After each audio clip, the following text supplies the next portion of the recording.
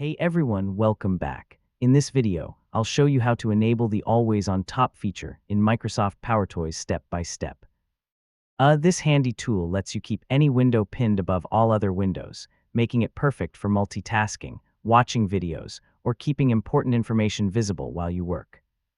So let's get started. First, open Microsoft PowerToys on your Windows computer. Once the application launches, look through the list of utilities on the left side and click Always on Top.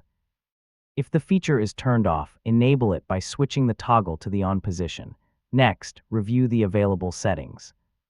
You can customize options like the activation shortcut, enable or disable the border around pinned windows, choose the border color and thickness, and even decide whether sound should play when a window is pinned.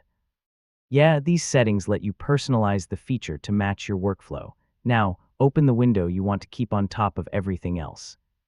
Press the default keyboard shortcut, which is Windows, Control, and T at the same time. I mean, as soon as you press the shortcut, the selected window will stay above all other open windows until you turn the feature off. To remove the window from the Always on Top mode, simply select the same window and press the keyboard shortcut again. The window will immediately return to its normal behavior, allowing other windows to appear in front of it, and that's it. You now know how to enable and use the Always on Top feature in Microsoft PowerToys to improve your productivity and multitasking. If this guide helped you, don't forget to like the video, share it with others, and subscribe for more simple tech tutorials. Thanks for watching, and I'll see you in the next one.